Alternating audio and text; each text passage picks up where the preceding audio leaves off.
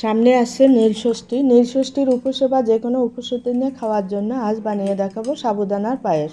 এই পায়েসটা বানাইতে বড় দানার সাবু লাগবে।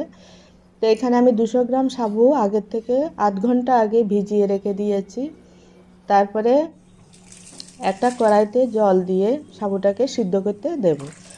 সাবুটা ততক্ষণে সিদ্ধ করতে হবে যতক্ষণ না সাবু ট্রান্সপারেন্ট হয়ে যায়, ততক্ষণ অবধি সাবুটাকে সিদ্ধ করে নিতে হবে। এখানে কিছুটা তিল হালকা ড্রাই রোস্ট করে ঠান্ডা করতে রেখে দিয়েছি।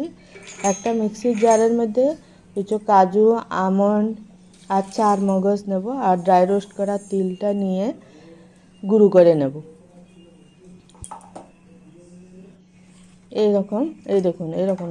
আর যে কোনো পায়েসে একটু তিল দিলে সেন্টটা খুব সুন্দর আসে। এদিকে সাবুটাও সিদ্ধ হয়ে গেছে, এই দেখুন কি সুন্দর ট্রান্সপারেন্ট হয়ে গেছে। তো সাবুটা সিদ্ধ হয়ে গেলে এবার সাবুটাকে ছেঁকে নেব। সাবুটাকে ছেঁকে নিয়ে ঠান্ডা জলের মধ্যে ভিজিয়ে রেখে দেব। এটা অবশ্যই করবেন, ঠান্ডা জলের মধ্যে যদি ভিজিয়ে না রাখেন তাহলে এটা চিটচিটে আর চাক হয়ে যাবে।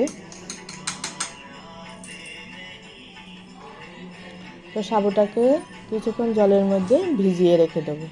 এদিকে একটা কড়াইয়ের মধ্যে সামান্য জল দিয়ে 500 গ্রাম দুধ জাল করতে বসিয়ে দেবো।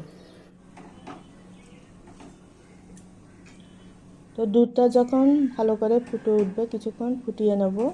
ফুটিয়ে নিয়ে এবার দুধের মধ্যে দিয়ে দেব কিছুটা এলাচ গুঁড়ো, আর এই গুঁড়ো করা কাজু, আমন্ড, তিলের গুঁড়োটাকেও অল্প অল্প করে দিয়ে নেড়ে নেড়ে পুরো তিলের গুঁড়োটাও দিয়ে দেব। আর দিয়ে দেবো পরিমাণ মতো চিনি। তো চিনিটা বেশি দেবো না, উপোসের দিনে চিনি বেশি চিনি হলে ভালো লাগে না।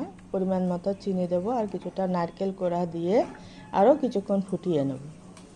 আর এই পায়েসের কালারটা খুব সুন্দর আসার জন্য আর থিকনেসটা ভালো হওয়ার জন্য দেবো 2 চামচ কাস্টার্ড পাউডার জলে গুলে দিয়ে দেব। কাস্টার্ড পাউডার গুলা জলটা দিলে কালারটা দেখুন পুরো চেঞ্জ হয়ে যাবে। এবারে সিদ্ধ করা সাবুটাকে দিয়ে দেব। সাবুটাকে দিয়ে আরও কিছুক্ষণ নেড়ে চেড়ে রান্না করে নেব। তো সাবু দিয়ে কিছুক্ষণ রান্না করে নিয়ে উপর থেকে দিয়ে দেব কিছুটা স্যাফরন।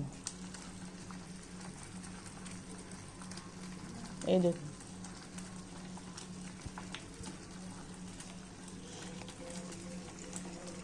স্যাফরনটা দিয়ে বাস আরও কিছুক্ষণ জাল করে নিয়ে 2 মিনিট মতো জাল করে নিলেই বাস রেডি হয়ে গেল সাবুদানার পায়েস।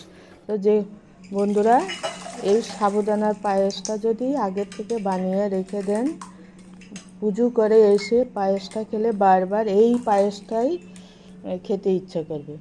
সার্ভিংয়ের জন্য আমি উপর থেকে কিছুটা নারকেল কোড়া, কাজু, আমন্ড আর কিছুটা স্যাফরন দিয়েছি। দেখুন ফাইনাল লুকসটা কি সুন্দর এসছে, দেখতে যেমন সুন্দর হয়েছে খেতেও দুর্দান্ত হয়েছে। তো এই সিম্পল ভিডিওটা যদি ভালো লাগে চ্যানেলটাকে অবশ্যই সাবস্ক্রাইব করবেন, লাইক করবেন, কমেন্ট করবেন আর বন্ধুদের সঙ্গে শেয়ার করবেন। নীলষষ্ঠীর দিনে অবশ্যই এই পায়েসটা বানাবেন আর কমেন্ট করে জানাবেন কেমন হয়েছে।